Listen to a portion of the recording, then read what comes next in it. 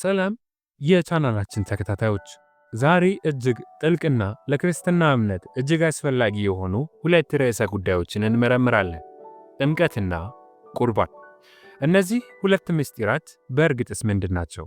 ትርጉማቸውስ በዘመናት ውስጥ እንዴት ተቀይሯል? በዛሬው ቪዲዮአችን በሃርቫርድ ዩኒቨርሲቲ ተማሪና በክሊፍ በተደረገው ጥልቅ የሆነ ክርክር ላይ በመመስረት የእነዚህን ቅዱስ ሥርዓቶች ትክክለኛ ትርጉም ከመጽሐፍ ቅዱስና ከቀደምት የቤተ ክርስቲያን አባቶች አንጻር እንመለከታለን። በቪዲዮ ላይ እንደተመለከትነው ክርክሩ የሚያጠነጥነው በጥምቀትና በቁርባን ዙሪያ ባሉ የተለያዩ አመለካከቶች እንዲሁም የመዳን ተፈጥሮ ላይ ነው። የኦርቶዶክስ ክርስቲያን የሆነው ተማሪ እነዚህን ሥርዓቶች ምሳሌያዊ ብቻ ወይንም ሲምቦሊክ ብቻ ሳይሆኑ ለመዳን እጅግ አስፈላጊ እንደሆኑ ሲከራከር፣ ክሊፍ ደግሞ በፕሮቴስታንታዊ እምነት ላይ ተመስርቶ ምሳሌያዊ ወይንም ሲምቦሊክ ብቻ ናቸው፣ በተጨማሪም በመዳን ውስጥ ምንም አይነት ቦታ የላቸውም ሲል የክርክር ሐሳቡን ያነሳል። እስቲ ሁለቱንም አመለካከቶች ከመጽሐፍ ቅዱስና ከቀደምት የቤተ ክርስቲያን አባቶች ጽሑፎች በመነሳት በጥልቀት እንመልከት። በመጀመሪያ ስለ ጥምቀት እንወያይ። ክሊፍና መሰሎቻቸው ጥምቀት የንስሐ ምልክትና ለእምነት የሕዝብ መግለጫ ብቻ እንደሆነ ሊያምኑ ይችላሉ። ነገር ግን ከመጽሐፍ ቅዱስና ከቀደምት የቤተ ክርስቲያን አባቶች ጽሑፎች እንደምንረዳው ጥምቀት ከዚህ እጅግ የላቀ ትርጉም አለው። ሐዋርያው ጳውሎስ በሮሜ መልእክቱ ምዕራፍ 6 ከቁጥር 3 እስከ 4 ላይ እንዲህ ይላል፣ ወይስ በክርስቶስ ኢየሱስ የተጠመቅን ሁላችን ከሞቱ ጋር አንድ እንሆን ዘንድ እንደተጠመቅን አታውቁምን? እንግዲህ ክርስቶስ በአብ ክብር ከሙታን እንደተነሳ እንዲሁ እኛም በአዲስ ሕይወት እንድንመላለስ ከሞቱ ጋር በጥምቀት ተቀበርን። ይህ ጥቅስ እንደሚያሳየን ጥምቀት ከክርስቶስ ሞትና ትንሣኤ ጋር አንድ መሆንን ያመለክታል።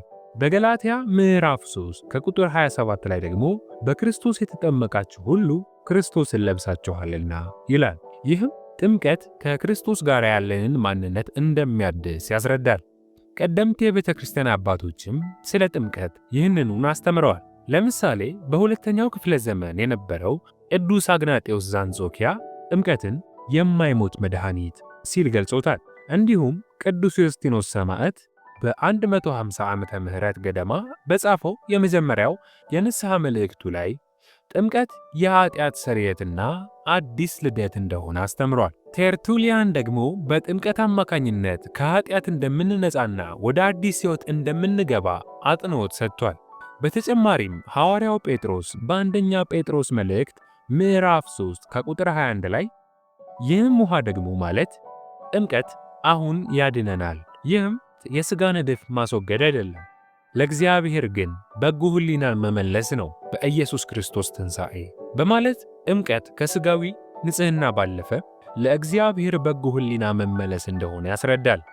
አሁን ደግሞ ወደ ቁርባን እንሂድ። ልክ እንደ ጥምቀት ክሊፍና መሰሎቻቸው ቁርባንን የክርስቶስ የመጨረሻ ራት መታሰቢያ ምሳሌያዊ ሥርዓት ብቻ እንደሆነ ሊያስተምሩ ይችላሉ። ሆኖም መጽሐፍ ቅዱስና ቀደምት የቤተ ክርስቲያን አባቶች ወይንም early church fathers ስለ ቁርባን የሚሰጡት ትምህርት ከዚህ እጅግ የላቀ ነው። ኢየሱስ ክርስቶስ ራሱ በማቴዎስ ምዕራፍ 26 ከቁጥር 26 እስከ 28 እንዲህ ብሏል።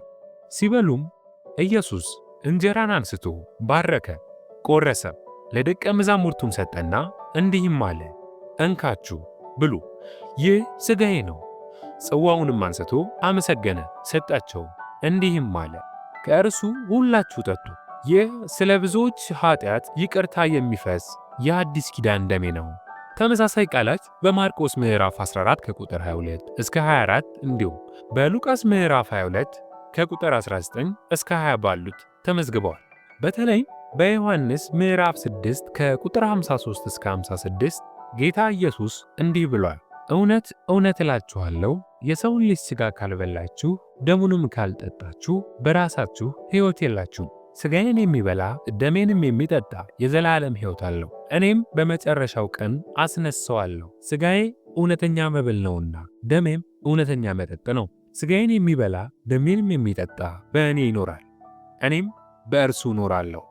እነዚህ ቃላት ቁርባን ምሳሌያዊ መታሰቢያ ብቻ ሳይሆን ከክርስቶስ ሥጋና ደም ጋር እውነተኛ ተሳትፎ ያለው መሆኑን እንዲሁም በቅዳሴ ወቅት የሚፈተተው ሥጋና ደም እውነትም አማናዊ ወይንም እውነተኛው የክርስቶስ ሥጋና ደም መሆኑን በግልጽ ያሳያሉ። ሐዋርያው ጳውሎስም በአንደኛ ቆሮንቶስ ምዕራፍ 10 ከቁጥር 16 እስከ 17 ላይ እንዲህ ይላል፣ የምንባርከው የበረከት ጽዋ ከክርስቶስ ደም ጋር ኅብረት አይደለምን? የምንቆርሰውስ እንጀራ ከክርስቶስ ሥጋ ጋር ኅብረት አይደለምን? ብዙዎች ስንሆን አንድ እንጀራ አንድ አካል ነንና ሁላችን ያን አንዱን እንጀራ እንካፈላለንና። እንዲሁም በአንደኛ ጴጥሮስ ምዕራፍ 11 ከቁጥር 23 እስከ 29 ላይ ስለ ቁርባን ሥርዓት ዝርዝር መረጃዎችን ይሰጣል። ቀደምት የቤተ ክርስቲያን አባቶችም ስለ ቁርባን ይህንን እውነት አስተምረዋል። ለምሳሌ ቅዱስ አግናጤዎስ ዘአንጾኪያ ቁርባንን የክርስቶስ ሥጋና ደም ሲል በግልጽ ተናግሯል። ኢናሪዮስ በሁለተኛው ክፍለ ዘመን ቁርባን ምድራዊና ሰማያዊ ነገሮች የተዋሃዱበት እንደሆነ አስተምሯል። በኢየሩሳሌም የነበረው ቅዱስ ቄርሎስም ምዕመናን በቁርባን ጊዜ በእውነት የክርስቶስን ሥጋና ደም እንደሚቀበሉ አጽንዖት ሰጥቷል። በመጨረሻም ስለ መዳን ተፈጥሮ እንወያይ። ክሊፍና መሰሎቻቸው መዳን በአንድ ጊዜ በእምነት ብቻ የሚገኝ እንደሆነ ሊያስተምሩ ይችላሉ። በእምነት ብቻ። ነገር ግን ከመጽሐፍ ቅዱስና ከቀደምት የቤተ ክርስቲያን አባቶች እንደምንረዳው መዳን ከዚህ እጅግ የላቀ ሂደት ነው። ሐዋርያው ያዕቆብ በያዕቆብ ምዕራፍ 2 ከቁጥር 14 እስከ 26 ላይ እምነት ያለ ሥራ የሞተ እንደሆነ በግልጽ ያስረዳል። ሐዋርያው ጳውሎስም በፊልጵስዩስ ምዕራፍ 2 ከቁጥር 12 ላይ ስለዚህ ወዳጆቼ ሆይ ሁልጊዜ እንደታዘዛችሁ በእኔ ዘንድ ሳለሁ ብቻ ሳይሆን ይልቁንም አሁን ስለሌለው በፍርሃትና በመንቀጥቀጥ የራሳችሁን መዳን ፈጽሙ በማለት መዳን የዕድሜ ልክ ሂደት እንደሆነ ያስገነዝባል። የሮሜ መልእክት ምዕራፍ 2 ከቁጥር 6 እስከ 7 ላይ ደግሞ እግዚአብሔር ለእያንዳንዱ እንደ ሥራው እንደሚከፍል ይናገራል። በብሉይ ኪዳንም ዳዊት በመዝሙሩ ላይ አንተ ትፈድዮ ለኩሉ በከመ ምግባሩ ብሎ ለሁሉም እንደየሥራው እግዚአብሔር እንደሚከፍለው ያስረዳል። ቀደምት የቤተ ክርስቲያን አባቶችም መዳን የእግዚአብሔር ጸጋና የሰው ትብብርን የሚጠይቅ ሂደት እንደሆነ አስተምረዋል። ለምሳሌ ቀለሜንጦስ ዘአንጾኪያና አትናቴዎስ መዳን የቅድስና መንገድ መከተልን እንደሚጨምር አጽንዖት ሰጥተዋል። በክርክር ውስጥ ተማሪው እንዳመለከተው የቅዱሳት መጻሕፍት ትርጓሜ ከቀደምት የቤተ ክርስቲያን አባቶች ግንዛቤ ጋር የሚስማማ መሆን አለበት።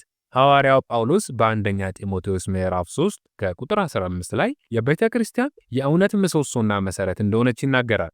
ስለዚህ የጥንት ክርስቲያኖች የነበራቸው የጋራ እምነት ለትክክለኛ የቅዱሳት መጻሕፍት ትርጓሜ ወሳኝ ነው። ውድ ተመልካቾቻችን ዛሬ በጥምቀትና በቁርባን ዙሪያ ያሉትን የተለያዩ አመለካከቶች ከመጽሐፍ ቅዱስና ከቀደምት ኤርሊ ቸርች ፋዘርስ ጋር አነጻጽረን ተመልክተናል። ምንም እንኳ የተለያዩ ትርጓሜዎች ቢኖሩም እነዚህ ቅዱስ ሥርዓቶች በክርስትና ሕይወት ውስጥ እጅግ አስፈላጊ መሆናቸውን መገንዘብ ያስፈልጋል። ይህ ቪዲዮ ጠቃሚ እንደነበረ ተስፋ እናደርጋለን። ስለ እነዚህ ርዕሰ ጉዳዮች የበለጠ ለማወቅ ከፈለጉ እባክዎ መጽሐፍ ቅዱስና የቀደምት የቤተ ክርስቲያን አባቶችን ጽሑፎች በጥልቀት ያጥኑ። ይህን ቪዲዮ ከወደዱት ላይክ በማድረግ ለሌሎች ማጋራትና ቻናላችንን ሰብስክራይብ ማድረግዎን አይርሱ። ይህ ፍቅረ ተዋህዶ ነበረ። ለተከታተላችሁን ሁላችሁም ከልብ እናመሰግናለን።